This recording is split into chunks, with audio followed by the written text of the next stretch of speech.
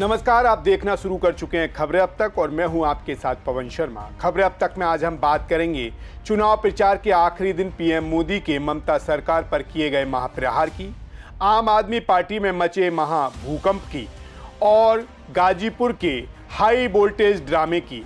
अंत में बात करेंगे केजरीवाल बनाम कोर्ट की। लेकिन इन सभी खबरों को विस्तार से जानने से पहले चलिए नजर डाल लेते हैं इस वक्त की टॉप हेडलाइंस पर। टीएमसी के राज में बम फैक्ट्रियां फल फूल रही हैं। बंगाल के बैकरपुर में जमकर बरसे पीएम मोदी। आपको झटका, 7 बागी सांसदों की बीजेपी में एंट्री को मिली सभापति से मंजूरी। टीएमसी सांसद मिताली की कार पर ईंट पत्थर और लाठियों से हमला, सांसद और उनका ड्राइवर हुआ घायल। बंगाल चुनाव में प्रचार के आखिरी दिन हुगली में गरजे सीएम योगी, ममता सरकार पर साधा निशाना। जस्टिस स्वर्ण कांता की कोर्ट में नहीं पेश होंगे केजरीवाल, किया सत्याग्रह का ऐलान। कल हमारा डेलीगेशन फिर आएगा गाजीपुर, अखिलेश यादव का योगी सरकार को अल्टीमेटम। गार्गी कॉलेज में राहुल गांधी ने छात्रों से की खास बात, मायावती और जयललिता की तारीफ की। दिल्ली में क्राइम ब्रांच का बड़ा एक्शन, अमेरिका तक ड्रग्स भेजने वाले गैंग का खुलासा। सोने चांदी की कीमतों में बड़ी गिरावट, 1,52,382 रुपए प्रति 10 ग्राम पहुंचा 24 कैरेट गोल्ड। शेयर बाजार में बढ़त, सेंसेक्स 639 अंक चढ़ा, निफ्टी 24,000 के पार। हेडलाइंस के बाद एक बार फिर खबरें अब तक में आपका स्वागत है। चलिए शुरू करते हैं खबरों का सिलसिला और सबसे पहले बात कर लेते हैं आज के पहले मुद्दे के बारे में। पश्चिम बंगाल की राजनीति में आज का दिन इतिहास के पन्नों में दर्ज हो गया। दूसरे चरण के प्रचार के आखिरी दिन प्रधानमंत्री नरेंद्र मोदी ने बैरकपुर और जगत दल की धरती से ऐसी हुकार भरी कि कोलकाता से लेकर कालीघाट तक की दीवारें हिल गई। बंगाल के रण में अपनी पूरी ताकत झोंकते हुए पीएम मोदी ने चुनावी जनसभा को सिर्फ एक रैली नहीं बल्कि विजय संकल्प का शंखनाद बना दिया। उन्होंने साफ शब्दों में घोषणा कर दी कि टीएमसी का समय अब समाप्त हो चुका है और बंगाल में परिवर्तन की आंधी अब सुनामी बन चुकी है। पीएम मोदी ने आत्मविश्वास के साथ कहा, ये मेरी आखिरी सभा है, अब मैं 4 मई के बाद सीधे नई सरकार के शपथ ग्रहण समारोह का गवाह बनने आऊंगा। प्रधानमंत्री ने ममता बनर्जी और उनकी पार्टी पर अब तक का सबसे बड़ा हमला बोलते हुए उन्होंने टीएमसी के 15 सालों के शासन को महाजंगल राज करार दिया। पीएम मोदी ने जो आरोप लगाए वो सीधे जनता के दिल पर चोट करने वाले थे। जी हां, पीएम ने दहाड़ते हुए कहा कि टीएमसी के पास न कोई विजन है और ना ही कोई रोड मैप। 15 साल सत्ता में रहने के बाद भी टीएमसी अपना रिपोर्ट कार्ड दिखाने के बजाय सिर्फ गाली गलौज और धमकियों की राजनीति कर रही हैं। मोदी ने आरोप लगाया कि टीएमसी ने सिर्फ उन्हें ही नहीं बल्कि देश की सेना और संवैधानिक संस्थाओं को भी अपमानित करने में कोई कसर नहीं छोड़ी है। सुनिए प्रधानमंत्री नरेंद्र मोदी ने क्या कुछ कहा।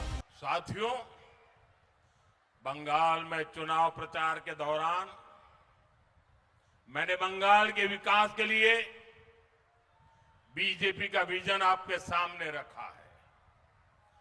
लेकिन इस चुनाव में मुझे एक बात बार बार खटकती है। इस चुनाव में टीएमसी के नेताओं ने एक बार भी मां, माटी, मानुष का नाम तक नहीं लिया।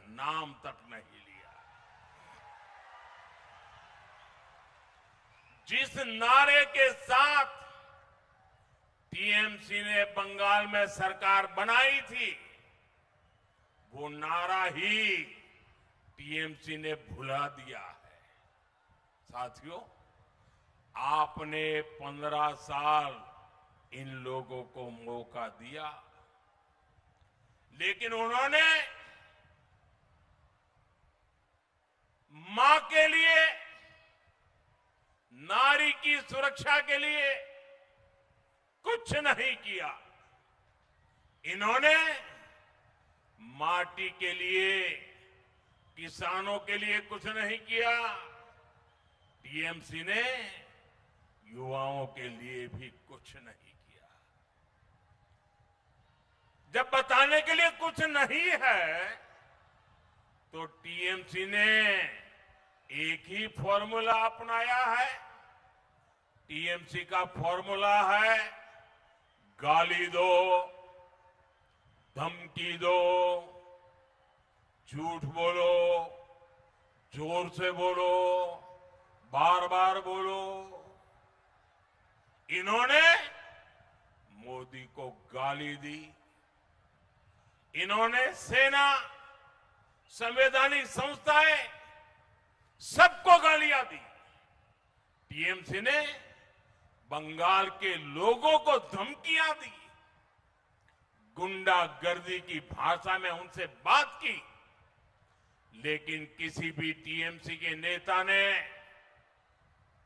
इतना बड़ा चुनाव चल रहा है, लेकिन अपना 15 साल के काम का रिपोर्ट कार्ड एक बार भी नहीं बताया। साथियों, जो अपने काम का रिपोर्ट नहीं बता सकते, क्या उनको मौका देना चाहिए क्या? ऐसे लोगों को मौका देना चाहिए क्या? जब कुछ किया ही नहीं तो बर्बादी करने के लिए मौका देंगे क्या? साथियों, टीएमसी के पास बंगाल के भविष्य का भी रोड मैप नहीं है। भविष्य में बंगाल के लिए लोग क्या करेंगे, बंगाल को कहां ले जाएंगे, टीएमसी वाले ये भी नहीं बताते, क्योंकि इनके पास न विजन है और न ही कुछ करने की नीयत है। इतना ही नहीं, पीएम ने कटाक्ष किया, बंगाल में रोजगार देने वाली मिलें तो बंद हो गईं, लेकिन गुंडों को नौकरी देने वाले कच्चे बम की फैक्ट्रियां गली गली में फल रही हैं, या यूं कहें फल फूल रही हैं। सुनिए पीएम मोदी ने क्या कुछ कहा। यहां जूट मिले, पेपर मिले, कपड़ा उद्योग, एक के बाद एक ये सब बंद हो रहे हैं। बीते कुछ महीनों में ही बैरकपुर इंडस्ट्रियल बेल्ट में करीब 1 दर्जन जूट मिलें बंद हो चुकी है। साथियों, एक तरफ आपको रोजगार देने वाली मिलें बंद हो रही है और दूसरी तरफ गुंडों को रोजगार देने वाली कच्चे बम की फैक्ट्रियां फल फूल रही है। टीएमसी के सिंडिकेट की दुकानों का विस्तार हो रहा है। ये है टीएमसी का महाजंगल राज। आप सोचिए, आपको अपना मकान, दुकान, खेत, खलिहान का फैसला करना हो तो टीएमसी के सिंडिकेट को पूछना होता है। तो फिर नई फैक्ट्री और कारखाने लगाने के लिए क्या क्या नहीं करना पड़ता होगा। इसलिए टीएमसी के इस सिंडिकेट को भगाना ही होगा, टीएमसी को हराना ही होगा। वहीं पीएम मोदी ने बंगाल की जनता को मोदी की गारंटी देते हुए भावुक और मजबूत वायदे किए। उन्होंने कहा कि पूर्व भारत का भविष्य 3 खंभों पर टिका है, बिहार, बंगाल और उड़ीसा। बंगाल के युवाओं के दर्द को छूते हुए मोदी ने कहा कि दशकों से यहां के बच्चे बाहर कमाने जा रहे हैं और बुजुर्ग ओल्ड एज होम में अकेले रहने को मजबूर हैं। भारतीय जनता पार्टी की पहली प्राथमिकता बंगाल में ही रोजगार पैदा करना होगी। मोदी ने वायदा किया कि भारतीय जनता पार्टी की सरकार बनते ही कोलकाता के आसपास बड़े मेक इन इंडिया प्रोजेक्ट लगाए जाएंगे ताकि बंद हो रही फैक्ट्रियों का दौर खत्म हो और उद्योग वापस आएं। वहीं पीएम ने सबसे बड़ा ऐलान करते हुए कहा कि भारतीय जनता पार्टी की सरकार की पहली कैबिनेट बैठक में ही पूरे पश्चिम बंगाल में आयुष्मान भारत योजना लागू कर दी जाएगी, जिससे हर गरीब और बुजुर्ग को 5 लाख तक का मुफ्त इलाज मिलेगा। एक और गारंटी आप लिख दीजिए, बीजेपी सरकार की पहली कैबिनेट मीटिंग में ये आयुष्मान भारत योजना लागू करने पर निर्णय होगा। इससे लाखों बहनों बेटियों को, बुजुर्ग माताओं को, बुजुर्गों को 5 लाख रुपए तक का मुफ्त इलाज मिलेगा। साथियों, टीएमसी ने कोलकाता को लंदन बनाने का वादा किया था, लेकिन 15 साल में इन्होंने कोलकाता की पहचान ही बदल दी। यहां घुसपैठियों को बसा दिया। मैं हर कोलकाता वासी से कहूंगा, हमें मिलकर कोलकाता को कोलकाता ही बनाना है।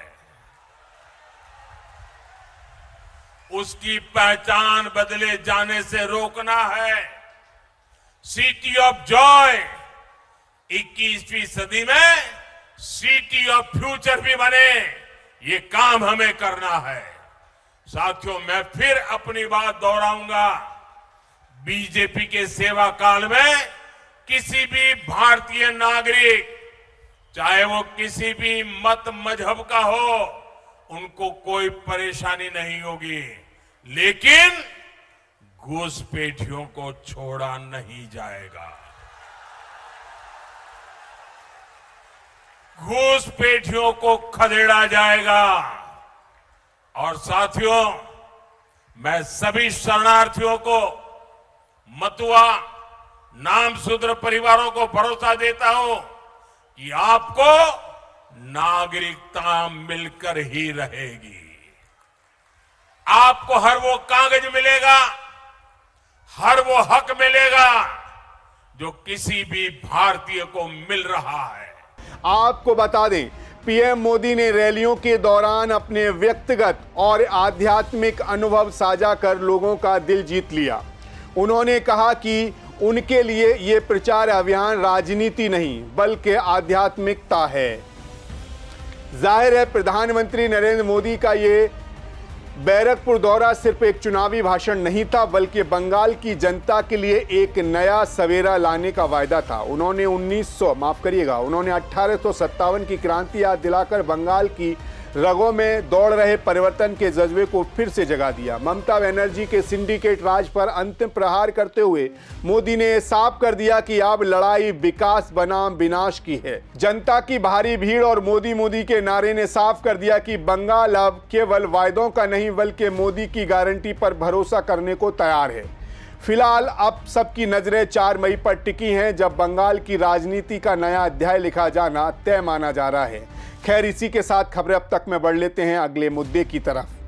भारतीय राजनीति के इतिहास में शुक्रवार का दिन किसी पॉलिटिकल थ्रिलर से कम नहीं रहा। जिस आम आदमी पार्टी को अरविंद केजरीवाल ने अपने पसीने से सींचा, जिस संगठन को उन्होंने लोहे की दीवार समझा था, उसने उनके ही सबसे भरोसेमंद सिपाही ढा दिए। जी हां, राघव चड्ढा, जिन्हें केजरीवाल का हनुमान कहा जाता था, आज वही अपनी ही लंका में आग लगाकर भारतीय जनता पार्टी के पाले में जा खड़े हुए हैं। राज्यसभा में ऐसा भूचाल आ गया कि आपका कुनबा बिखर गया। ये सिर्फ दलबदल नहीं, ये केजरीवाल के भरोसे का कत्ल है।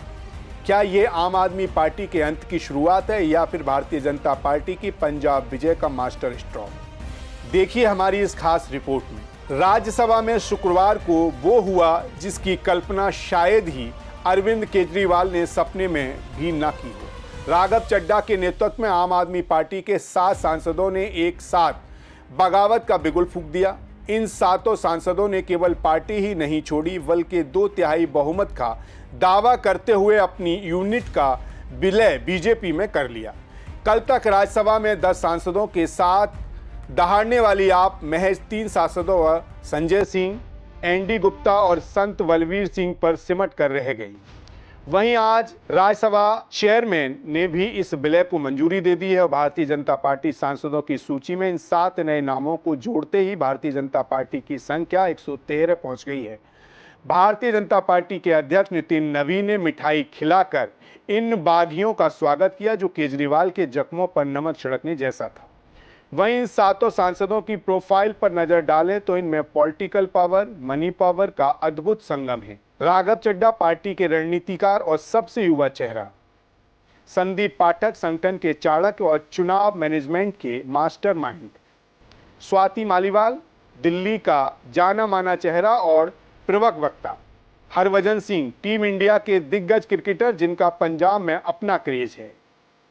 अशोक मित्तल शिक्षा और मिठाई के बड़े कारोबारी, बिक्रमजीत सिंह साहनी भारत से अफ्रीका तक फैला बड़ा बिजनेस साम्राज्य, राजेंद्र गुप्ता टेक्सटाइल, पेपर और फर्टिलाइजर के बड़े उद्योगपति। ऐसे में सवाल उठ रहा है कि इस टूट का पंजाब विधानसभा चुनाव पर क्या असर पड़ेगा। तो आइए वो भी आपको समझा देते हैं। राघव चड्ढा, संदीप पाठक और स्वाति मालीवाल संगठन के नेता तो हैं, लेकिन जन नेता नहीं। इनमें से किसी भी ने अब तक सीधे जनता के बीच जाकर कोई बड़ी चुनावी जीत हासिल नहीं की है। पंजाब की धरती पर अभी भी अरविंद केजरीवाल, सीएम भगवत मान और मनीष सिसोदिया का सिक्का चलता है, लेकिन असली चोट पंजाब के वोट बैंक पर नहीं बल्कि पार्टी की रीढ़ पर लगी है। राघव चड्ढा के पास पार्टी के हर अंदरूनी जानकारी, फंडिंग के स्रोत और भविष्य की रणनीतियां थीं। उनका जाना आपकी इमेज और वित्तीय ढांचे को हिलाकर रख देगा। दरअसल राघव चड्ढा का आप में सफर 2012 में अन्ना आंदोलन के समय से शुरू हुआ था। केजरीवाल ने उन पर इतना भरोसा किया कि उन्हें जन लोकपाल बिल का ड्राफ्ट तैयार करने से लेकर दिल्ली जल बोर्ड के उपाध्यक्ष पद और पंजाब के सह प्रभारी तक की जिम्मेदारी सौंपी। पंजाब में 117 में से 92 सीटें जिताने वाले चड्ढा को सुपर सीएम कहा जाने लगा था, लेकिन 24 अप्रैल 2024 को यह सफर एक कड़वाहट के साथ खत्म हुआ। राघव ने आरोप लगाया कि पार्टी रास्ते से भटक चुकी है, जबकि पार्टी ने इसे सत्ता का लालच बता दिया। वहीं दूसरी तरफ पार्टी के भीतर इस बगावत ने आग लगा दी है। राज्यसभा सांसद संजय सिंह ने इसे गैर कानूनी बताते हुए प्रेस कॉन्फ्रेंस में अपना गुस्सा निकाला। उन्होंने दहाड़ते हुए कहा कि भारतीय जनता पार्टी नियमों की धज्जियां उड़ा रही है और इन सातों की सदस्यता रद्द होनी चाहिए। सुनिए संजय सिंह ने क्या कुछ कहा।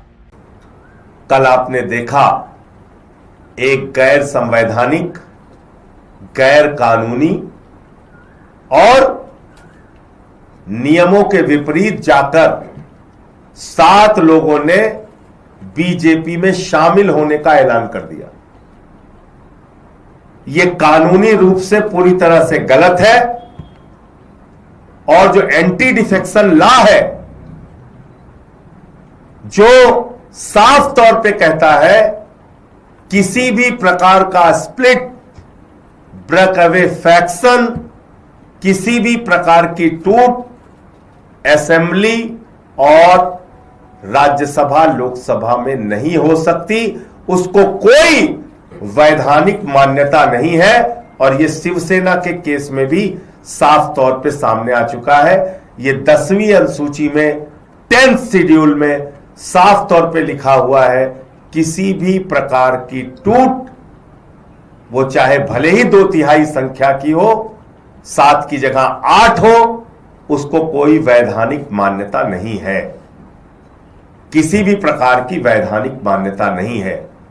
तो जो आम आदमी पार्टी के 7 राज्यसभा के सांसद टूटे हैं, ये गैर कानूनी है, गलत है, गैर संवैधानिक है और संसदीय नियमों के विपरीत है। इसलिए मैं आज चेयरमैन राज्यसभा को, उपराष्ट्रपति महोदय को इन सारे नियमों का हवाला देते हुए पत्र दूंगा कि इन 7 सदस्यों की, इन 7 राज्यसभा के सांसदों की सदस्यता पूरी तरीके से समाप्त की जाए, जिसमें से तो 3 लोग साफ तौर पे कल बीजेपी के दफ्तर में भी गए थे, राघव चड्ढा, संदीप पाठक और अशोक मित्तल। वो साफ तौर पे बीजेपी के दफ्तर में गए थे, जिनकी विजुअल और वीडियो सारी कुछ आपके पास है, फोटो वगैरह। और बाकी जो 4 लोगों को लेके दावा किया जा रहा है, उन सब के खिलाफ उनकी सदस्यता को समाप्त करने के लिए आज मैं राज्यसभा के चेयरमैन साहब को, उपराष्ट्रपति महोदय को पत्र दूंगा। वहीं पंजाब के मुख्यमंत्री भगवत मान का गुस्सा 7 में आसमान पर दिखा। उन्होंने राघव चड्ढा को सीधा गद्दार करार दे दिया। मान ने कहा कि जिस पार्टी ने उन्हें फर्श से अर्श तक पहुंचाया, जिसे सुपर सीएम का सम्मान दिया, उसी ने पीठ में छुरा भोंपा है। सुनिए मुख्यमंत्री भगवत मान ने क्या कुछ कहा। वो कहते सी इनकलाब ਅਸੀਂ ਇਨਕਲਾਬ ਲਿਆਵਾਂਗੇ। ਭਗਵੰਤ ਮਾਨ ਨੂੰ ਜਾਂ ਕੇਜਰੀਵਾਲ ਨੂੰ ਇਨਕਲਾਬ ਦਾ ਕੀ ਪਤਾ? ਕਿੱਧਰ ਗਏ ਜੀ? ਉਹ ਹੈ ਨਹੀਂ ਕਿਤੇ। पार्टी वड्डी हुंदी है, संगठन वड्डा हुंदा, व्यक्ति वड्डा नहीं हुंदा। ये 6-7 जाने ਜਿਹੜੇ ਗਏ ਨੇ ਇਹ ਪੰਜਾਬ नहीं हैगे, ਇਹ गदार ने, ਪੰਜਾਬੀਆਂ ਦੇ गदार ने। बैठिया बिठाया ਨੂੰ ਗੱਦੀਆਂ मिल गई, वोटां ਤਾਂ ਮੰਗਣੀਆਂ नहीं ਪਈਆਂ जी, ना किसी मुरे हथ जोड़ने पे, ना गलियां जाके लोगों के मुद्दों की गल करनी पई, बस बनी बनाई एक सीट मिल गई, चलो जी उत्थे राज सभा च, उत्थे जाके तिकड़मबाजियां करन लग गए, यार मैनू ले लो मैनू ले लो। ये अपनी जान बचाउण नूं उत्थे गए ने, होना इन्हां दा उधर भी कख नहीं क्योंकि बीजेपी है वो। देखा जाए तो पंजाब की राजनीति में अब आर पार की जंग छिड़ गई है। राघव चड्ढा का ये कदम केजरीवाल की राजनीति का क्लाइमेक्स है। 7 सांसदों का टूटना सिर्फ एक आंकड़ा नहीं बल्कि एक भरोसा है जो टूट चुका है। राज्यसभा में अब आम आदमी पार्टी की आवाज कमजोर होगी, लेकिन पंजाब की सड़कों पर असली मुकाबला अगले साल विधानसभा चुनाव में देखने को मिलेगा। क्या भगवत मान और केजरीवाल इस बिखरे हुए कुनबे को फिर से समेट पाएंगे या भारतीय जनता पार्टी इन बागियों के दम पर पंजाब फतेह करेगी?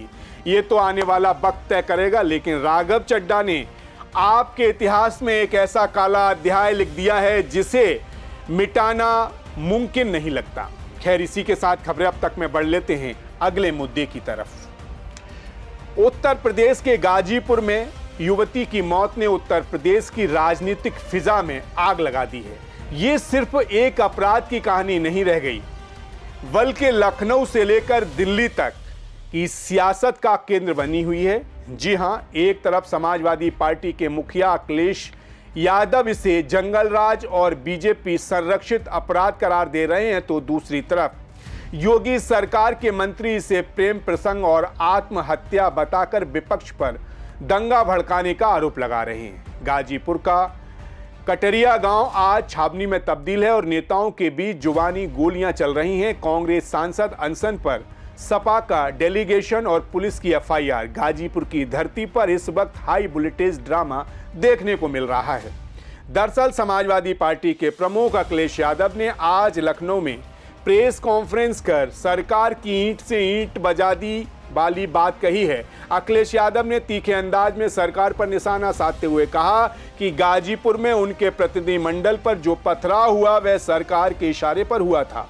उन्होंने आरोप लगा दिया है कि पत्थरबाजों के पास हथियार थे और वे गंभीर मुकदमों वाले अपराधी थे, फिर भी पुलिस ने उन्हें बचाने के लिए सपा के कार्यकर्ताओं पर ही केस दर्ज कर दिया। वहीं अखिलेश ने पीड़ित परिवार को 5 लाख रुपए की आर्थिक मदद देने की घोषणा भी की है। उन्होंने कहा कि 29 अप्रैल को वे खुद गाजीपुर जाकर परिवार का दर्द बांट सकते हैं। सुनिए अखिलेश यादव ने क्या कुछ कहा। बीजेपी नहीं चाहती कि हम पीड़ित समाज के लोगों के साथ खड़े हों, उनको न्याय दिलाएं। सुना है बहुत सारे कानूनी और न जाने क्या क्या हो रहा है वहां पर कि कोई आ न पाए। वहां पर कुछ नई धाराएं लग गई वहां पर, अभी कागज हम तक नहीं पहुंचा है। जब बीजेपी वाले खुद नहीं आगे कर पा रहे कुछ, तो दूसरों से पत्र लिखवा रहे हैं उनके पीछे छिप करके। लेकिन हम लोगों ने तय किया है कि उस परिवार की 5 लाख की मदद करने का हम लोग काम करेंगे। विश्वकर्मा समाज ने कुछ पैसा जोड़ा है, कुछ पार्टी ने जोड़ा है। हम लोग उस परिवार की 5 लाख रुपए से तो मदद करने जा रहे हैं और कल ही हमारा फिर पुनः डेलीगेशन जाएगा।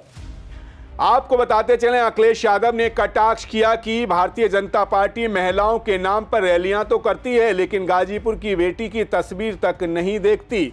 उन्होंने कहा कि उत्तर प्रदेश में महिलाओं के खिलाफ अपराध के आंकड़े डरावने वाले हैं और सरकार नाइट विजन कैमरों की बात करती है जबकि लोगों को पानी तक नहीं मिल पा रहा है। इसी दौरान उन्होंने चुनावी वायदा भी कर दिया कि सपा सरकार आने पर गन्ना किसानों का भुगतान 24 घंटे के भीतर होगा।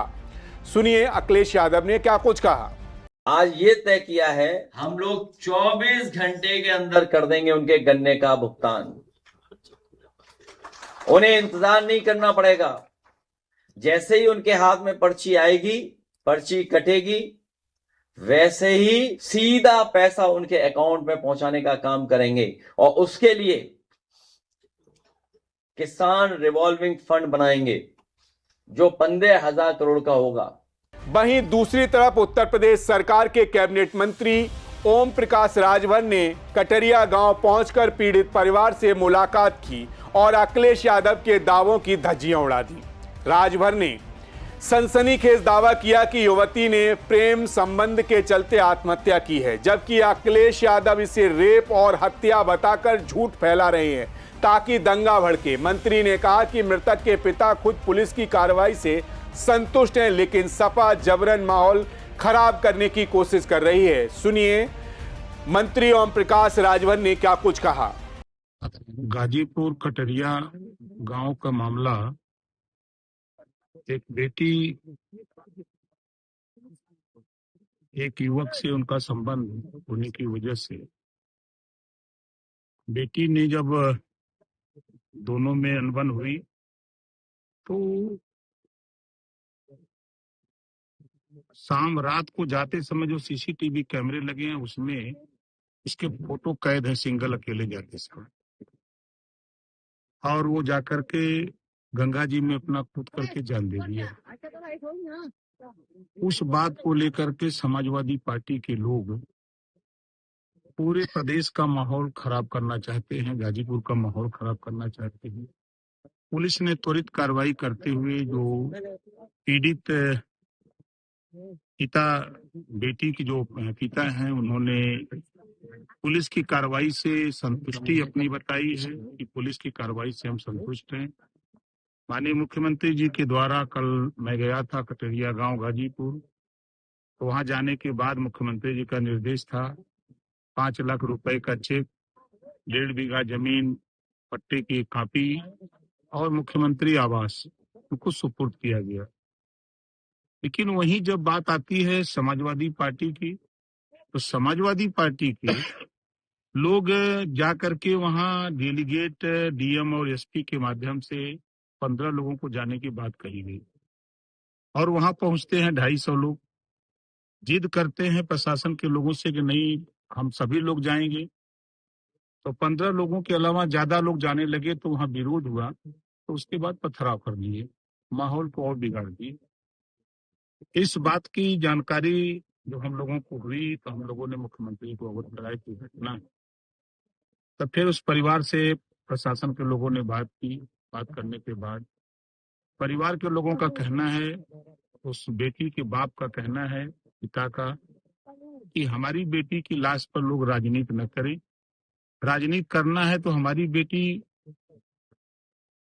अगर डेथ हुई है तो तमाम जगह डेथ हो रही है। वहीं जब बाराबंकी में राजभर को यादव उसका मूड़ी काट लेता है तो वहां अखिलेश यादव जी नहीं जाते हैं। देवरिया में राजकुमार चौहान को गोली मारता है यादव, तो वहां अखिलेश जी नहीं जाते हैं। कौशाम्बी में पाल की बेटी के साथ रेप होता है, रेप के बाद उसकी हत्या कर देते हैं, पीएम रिपोर्ट आती है, लेकिन वहां अखिलेश यादव जी नहीं जाते हैं। लेकिन मैं तुमसे कहूंगा कि ऑस्ट्रेलिया में अगर आप पढ़े हो तो भारत में उत्तर प्रदेश में 5 साल आप मुख्यमंत्री रहे हो, पीएम रिपोर्ट सब लोग मानते हैं, अदालत भी पीएम रिपोर्ट मानती है। पीएम रिपोर्ट कह रही है कि डूबने से मृत्यु हुई है। ठीक है, उसका प्रेम प्रपंच का मामला था वो, तो उसको उठा करके मोबाइल चेक कर लो, उसके चैट को चेक कर लो, सीसीटीवी कैमरे चेक कर लो।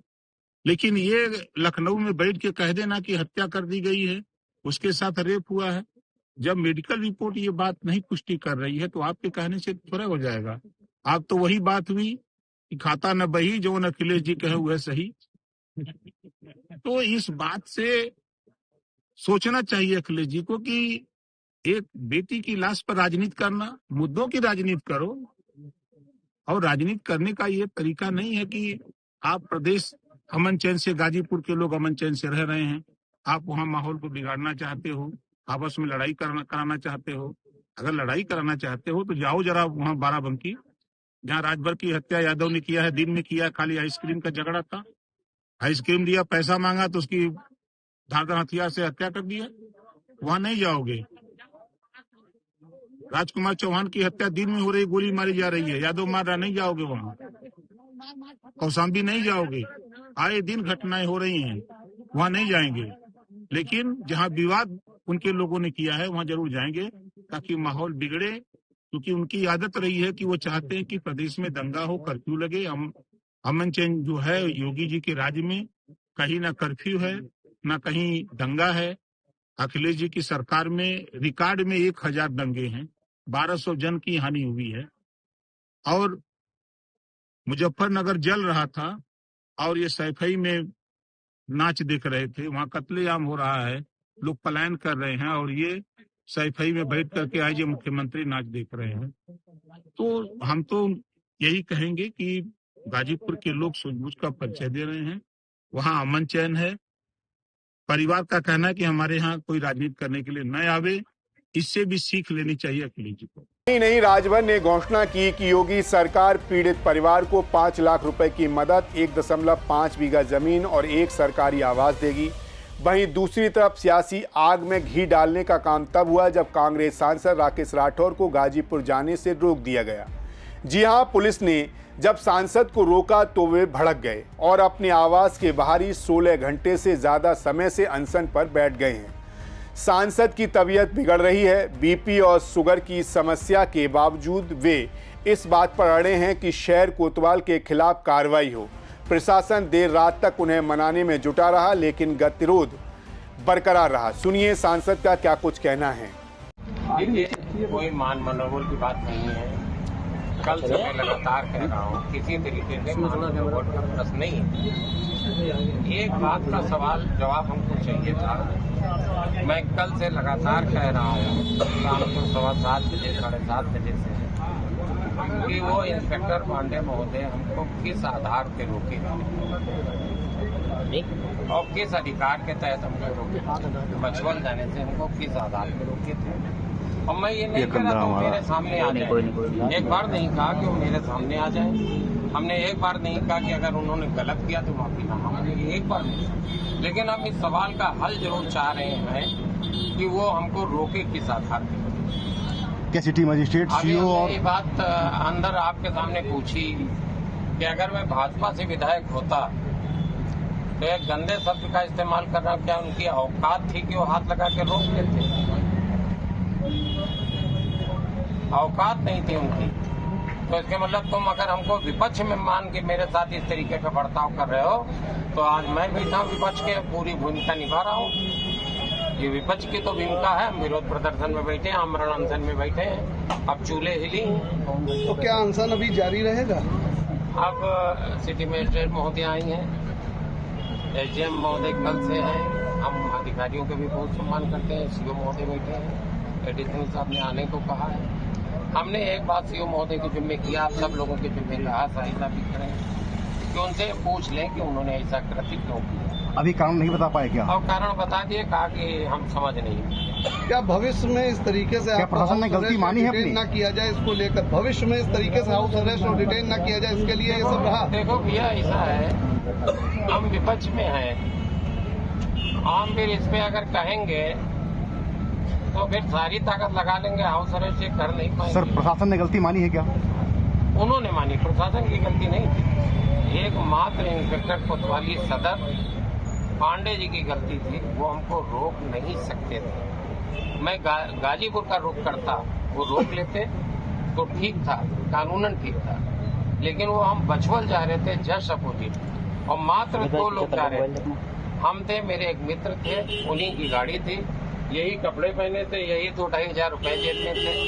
अब बगैर कपड़ों के, बगैर मंजन पेश के हम गाजीपुर कहाँ पहुंचे? क्या सर, गलती मान ली गई है, अब तो आगे क्या होगा? नहीं तोड़ा है सर, गलती मान ली है सर, अब सर क्या है? कभी खराब लग रहा है? कोई बात नहीं, बात ठीक है। अभी कम से कम मान के चलिए, अभी 24 घंटे तो चलूंगा। सर,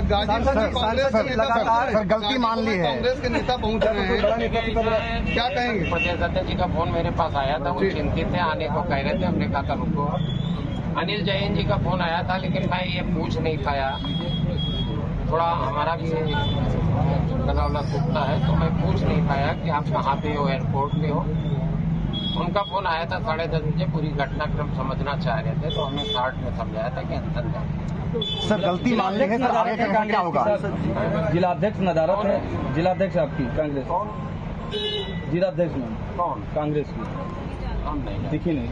सर सांसद जी लगातार मान मनोबल का दौर चल रहा है, लगातार मान मनोबल का दौर चल रहा है, प्रशासन के सभी हमले आ गए, आपकी मुख्य मांग क्या रहेगी? देखो बेटा, हम मान मनोबल नहीं चाहते हैं, कल भी कह रहे थे जी, हम किसी तरीके का मान मनोबल नहीं चाहते और ये हमारे अधिकारों का हनन था। उन्होंने रोक के मेरे विशेषाधिकार का हनन किया था, मेरे अधिकारों का हनन किया था और मैं कभी जिद की राजनीति नहीं करता हूँ कि ना वो आ जाए, माफीनामा भरे, ये करें वो करें। अरे हम क्या तुमसे माफीनामा मंगाएंगे? हम सांसद हैं, अपनी हैसियत हमको बताओ, तुम्हारी हैसियत भी हमको पता है, दोनों चीजें हमको पता है। बातचीत का कोई हफ्ते पे उतर आऊंगा, घेरूंगा 1000, 2000, 5000 लोगों के साथ कोतवाली, तो बुखार आएगा भाई, बातचीत का कोई पसीना आएगा। मुख्य मांग क्या रहेगी फिर आपकी? मुख्य मांग वही है कि उन्होंने अपना स्पष्टीकरण दिया सीओ महोदय को कि हमसे छूट थी। तो आमरण अनशन कब तक चलेगा, कैसे खत्म करेंगे? अब ये जनता भी जानना चाहती है सांसद जी, लोग अंदर बैठे थे, सांसद जी जनता जानना चाहती है कि कैसे आमरण अनशन खत्म आप आ गए थे, आपसे वार्ता करने के लिए बाहर आ गया, अभी लोग अंदर बैठे हैं जी। बातचीत का कोई हल नहीं निकला? उन्होंने कहा उससे गलती हुई। सांसद जी उन्होंने एक्सेप्ट किया, सीओ महोदय उन्होंने एक्सेप्ट किया। सांसद जी, आपके समर्थक, आपकी जनता, आपके सभी लोग बाहर बैठे हुए हैं, ये चाह रहे हैं कि आमरण अनशन कैसे खत्म करेंगे सांसद जी? अभी सबसे मिलेंगे, पूछेंगे उन्हीं से, हाँ पूछ के अभी उन्हीं से पूछेंगे। तो उनके स्पष्टीकरण से आप संतुष्ट हैं? हाँ। वहीं गाजीपुर पुलिस ने इस मामले में सख्त रुख अपनाया है। पुलिस ने एक्स पर कांग्रेस और समाजवादी पार्टी के मीडिया सेल हैंडल्स के खिलाफ केस दर्ज किया है। आरोप है कि इस हैंडल ने घटना को लेकर निराधार और भ्रामक जानकारी फैलाई है, जिससे गांव में तनाव पैदा हुआ है। पुलिस ने मुख्य आरोपी हरिओम पांडे को पहले ही गिरफ्तार कर जेल भेज दिया है। पुलिस का कहना है कि 15 अप्रैल को शव मिलने के बाद से ही कुछ लोग अफवाह फैलाकर जांच को प्रभावित करने की कोशिश कर रहे हैं। सुनिए पुलिस प्रशासन का इस मामले पर क्या कुछ कहना है। एक बच्ची का शव मिला था जिसकी उम्र 16-17 वर्ष के मध्य है।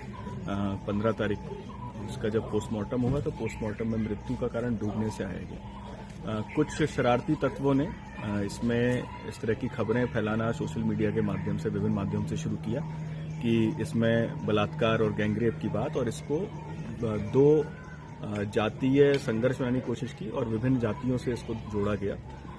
जिस कृत्य को हम लोगों ने नोट किया और इसको गंभीरता से लेते हुए उन लोगों के विरुद्ध कार्रवाई भी की थी, सोशल मीडिया हैंडल्स के विरुद्ध। इसके अलावा पिता की तहरीर पर हत्या में मुकदमा पंजीकृत किया गया था और पिता से स्पष्ट पूछा गया था कि भाई आप वीडियोग्राफी करते हुए वो अपने तहरीर ली थी और उनसे स्पष्ट कहा गया था कि आप को जो लगता है वो आप लिख के दीजिए, बाकी हमारी विवेचना है, उसके अनुसार विवेचना करेंगे। तो पिता की तहरीर पर मुकदमा पंजीकृत हुआ। उसमें जो आरोपी लड़का था उसको तत्काल प्रभाव से गिरफ्तार करके जेल भेजा गया 302 में। विवेचना उसकी अभी प्रचलित है और विभिन्न पहलुओं पर हम जांच कर रहे हैं। सीसीटीवी फुटेज एवं अन्य अवलोकन से अभी तक लड़की का मूवमेंट और सीडीआर जो भी था उसमें अभी तक ये लग रहा है कि लड़की अकेले जाती हुई, हमें कई सारे फुटेज मिले हैं जिसमें पुल की तरफ जाती हुई दिखी है और हम विभिन्न पहलुओं पर जांच कर रहे हैं और मृत्यु के कारण हत्या है या आत्महत्या है, सभी पहलुओं पर हम जांच कर रहे हैं। एक बात स्पष्ट है कि किसी भी प्रकार का यौनाचार नहीं हुआ है, कोई भी सेक्सुअल हैरेसमेंट नहीं हुआ है, क्योंकि पोस्टमार्टम रिपोर्ट में किसी भी तरह की इस तरह की बात नहीं है। कोई भी इंजरी नहीं है मृतका के शरीर पर, केवल डूबने से मृत्यु होना पोस्टमार्टम रिपोर्ट में आया है। तो इस तरह के भ्रामक तथ्य लगातार प्रसारित किए जा रहे थे कुछ लोगों के द्वारा। उसी के क्रम में समाजवादी पार्टी का एक डेलीगेशन था। डेलीगेशन ने भी अपने पत्रक में इस बात को लिखा कि बलात्कार हुआ है उसका, तो उसके विषय में भी डेलीगेशन को तत्काल अवगत कराया गया था। समाजवादी पार्टी के जिलाध्यक्ष जो हैं उनको एवं अन्य जनप्रतिनिधियों को कि ये बात इसमें गलत लिखी है, इसका आप कृपया करके संज्ञान लें और इसको त्रुटि को सही करें, क्योंकि गांव वालों को, ग्रामीणों को इस बात को लेकर आक्रोश था कि उनकी बच्ची का इस तरह से मानमर्दन किया जा रहा है और जब पुलिस अपनी कार्रवाई कर रही है तो उसमें फिर गलत तथ्य प्रसारित नहीं करने चाहिए किसी भी जिम्मेदार व्यक्ति को। तो इसको लेकर हम लोग समझाया भी था, बात भी की थी। इसके अलावा क्योंकि गांव में थोड़ा रोष था समाजवादी पार्टी के कुछ लोगों के द्वारा जो ट्वीट्स किए गए थे अन्य चीज़ों को लेकर, तो उसको लेकर जो रोष था तो उसको अवगत भी कराया गया था कि अगर हो सके तो डेलीगेशन को आप छोटा रखें और जितने कम लोग हो सके उसमें जाएं। फिर भी आप लोगों ने जब डेलीगेशन 15 लोगों का बताया तो हमने इतने लोगों की वहां पर अनुमति दी और उसको फैसिलिटेट करने के लिए हमारी 5 थानों का पुलिस बल भी आज सुबह से मौजूद था। लेकिन जानबूझकर माहौल खराब करने के उद्देश्य से डेलीगेशन के साथ 250 अन्य लोग भी वहां पर मौके पर पहुंचे जो कि शरारती प्रवृत्ति के थे और उनके द्वारा वहां पर डिस्टरबेंस का माहौल क्रिएट किया गया, जिसमें पथराव उनके द्वारा किया गया एवं अन्य कई चीजें की गई, मारपीट किया गया और इसमें हमारे पुलिसकर्मी भी घायल हुए हैं, कई ग्रामीण भी इसमें घायल हुए हैं। तो इस घटना को बहुत गंभीरता से लिया गया है और इसमें जो दोषी हैं उनके विरुद्ध हम लोग मुकदमा पंजीकृत कर रहे हैं। अब तक 14-15 लोग हिरासत में लिए जा चुके हैं, उनसे गहनता से पूछताछ की जा रही है। हिरासत में लिए हुए कुछ लोगों के नाम विघनाथ यादव, लाल बाबू यादव, सुभाष यादव, मोहम्मद इरफान, सितांशु गोंड ये हैं। इसके अलावा कुछ अन्य लोग भी हिरासत में हैं। तो अभी हम लोग गहनता से सभी जांच कर रहे हैं। फुटेज हमारे पास बहुत सारे उपलब्ध हैं, फुटेज से भी हम लोग चिन्हित कर रहे हैं क्योंकि ये जानबूझ के इस तरह का शरारत भरा कृत्य किया गया था। डेलीगेशन को स्पष्ट बताया गया था, मेरे द्वारा स्वयं बताया गया था कि माहौल गांव में टेंस है, फिर भी हम सुरक्षा व्यवस्था रखते हुए आपको डेलीगेशन को हम लोग अलाउ कर रहे हैं। लेकिन अन्य कोई आप भीड़ लेके ना जाएं। लेकिन फिर भी डेलीगेशन के द्वारा 250 लोगों को ले जाकर माहौल बिगाड़ने का प्रयास किया गया जो कि बहुत ही गलत था और इस तरह का कृत्य बर्दाश्त नहीं किया जाएगा। जो भी होगा, जिस पद पर भी होगा, उसके विरुद्ध हम लोग कठोर कार्रवाई करेंगे। कुछ समाजवादी के पूर्व मंत्री और अन्य लोग चोटें भी आई हैं सर, इसको दिखवा रहे हैं क्योंकि दूसरे पक्ष से भी रिटेलिएशन हुआ कुछ चीज़ों का और जब पथराव वो कर ही रहे हैं तो एक दूसरे के पत्थर भी लग सकता है किसी के। तो उसका भी हम जो मेडिकल रिपोर्ट्स होगी उसका अवलोकन करेंगे, उसको भी हम केस डायरी और अपनी जांच का विषय बनाएंगे। और मैं ये बताना चाहूँगा कि जब इस तरह से हुआ तो कुछ ग्रामीणों ने भी उसमें रोष व्यक्त किया और उनके द्वारा भी पत्थर चलाए गए। लेकिन प्रथम दृष्टया जो अभी तक चीज़ें क्लियर हैं कि समाजवादी पार्टी के कुछ लोगों के द्वारा पहले पत्थर चलाए गए। देखा जाए तो गाजीपुर का ये मामला अब न्याय की लड़ाई से ज्यादा शक्ति प्रदर्शन की जंग बन चुका है। एक तरफ जहां पीड़ित परिवार अपनी बेटी को खोने के गम में डूबा है, वहीं राजनीतिक दल इसे आने वाले चुनावी और वोट बैंक की कसौटी पर कस रहे हैं। 29 अप्रैल का दिन उत्तर प्रदेश की राजनीति के लिए बेहद अहम होने वाला है क्योंकि एक तरफ प्रधानमंत्री का विकास एजेंडा होगा, दूसरी तरफ अखिलेश यादव का पीडीए न्याय मार्च। क्या गाजीपुर की बेटी को वाकई इंसाफ मिलेगा या ये पूरा मामला फाइलों और रैलियों के बीच कहीं दब कर रह जाएगा? उत्तर प्रदेश की जनता की नजरें अब सीधे गाजीपुर की सरजमी पर टिकी हैं। खैर, जाते जाते आपको एक और आज के मुद्दे से रूबरू कराते हैं। दिल्ली की सियासत में एक बार फिर भूचाल आ गया है। आम आदमी पार्टी के राष्ट्रीय संयोजक अरविंद केजरीवाल ने न्यायपालिका के इतिहास में एक बड़ा कदम उठाते हुए दिल्ली हाई कोर्ट की जस्टिस स्वर्णकांता शर्मा की बेंच के सामने पेश होने से साफ इनकार कर दिया है। जी हां, शराब घोटाले में निचली अदालत से बरी होने के बाद हाई कोर्ट में जारी सुनवाई के बीच केजरीवाल का यह फैसला न केवल एक कानूनी चुनौती है बल्कि एक बड़ा राजनीतिक दांव भी माना जा रहा है। उन्होंने सीधे तौर पर जज की निष्पक्षता पर सवाल खड़े करते हुए महात्मा गांधी के सत्याग्रह की राह चुनने का ऐलान कर दिया है। केजरीवाल ने साफ कर दिया है कि वह ना तो व्यक्तिगत रूप से और ना ही अपने किसी वकील के माध्यम से इस कोर्ट की सुनवाई में हिस्सा लेंगे। दरअसल केजरीवाल ने जस्टिस स्वर्णकांता शर्मा पर वैचारिक झुकाव होने का गंभीर आरोप जड़ दिया है। केजरीवाल का दावा है कि जज महोबा राष्ट्रीय स्वयंसेवक संघ से जुड़ी संगठन अखिल भारतीय अधिवक्ता परिषद के कार्यक्रमों में हिस्सा लेती रही हैं। पूर्व सीएम ने दलील दी है कि जिस विचारधारा की सरकार ने मुझे झूठे केस में जेल भेजा था, जज साहिबा उसी विचारधारा के मंचों पर जाती रही हैं। आपको बता दें, केजरीवाल ने करीब 1.5 घंटे तक खुद अपनी दलीलें पेश कर बेंच बदलने की अपील की थी, जिसे कोर्ट ने खारिज कर दिया था। वहीं केजरीवाल ने एक बार वीडियो संदेश के जरिए जनता के सामने अपना पक्ष रखते हुए कहा कि उन्हें एक गहरी साजिश के तहत फंसाया गया था। उन्होंने याद दिलाया कि निचली अदालत ने उन्हें पूरी तरह निर्दोष साबित कर दिया था और सीबीआई की जांच पर सवाल उठाते हुए जांच अधिकारी के खिलाफ कार्रवाई के आदेश दिए थे। ऐसे में अरविंद केजरीवाल का ये कदम भारतीय कानून इतिहास के सबसे विवादित अध्याय में से एक बताया जा रहा है। एक तरफ जहां जस्टिस स्वर्णकांता शर्मा न्यायिक प्रक्रिया को आगे बढ़ाने पर अड़ी हैं, वहीं केजरीवाल ने सत्याग्रह का रास्ता अपनाकर इस लड़ाई को कानून से ज्यादा नैतिक और राजनीतिक रंग दे दिया है। ऐसे में अब सवाल है कि क्या केजरीवाल को सर्वोच्च अदालत से राहत मिलेगी या फिर हाई कोर्ट जस्टिस शर्मा की कोर्ट में उनकी गैर मौजूदगी में फैसला सुनाया जाएगा। दिल्ली की एक्साइज पॉलिसी केस का ये नया मोड़ अब और भी दिलचस्प और पेचीदा हो गया है।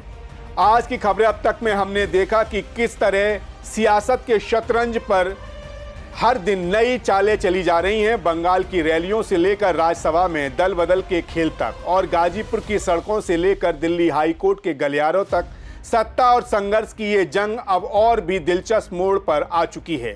फिलहाल खबरें अब तक में आज के लिए बस इतना ही। फिर आपसे मुलाकात होगी कुछ और नई खबरें और उनके पीछे छिपे बड़े सच के साथ। तब तक आप बने रहिए सी न्यूज़ भारत के साथ। हर खबर आपके साथ, आपके हाथ। नमस्कार।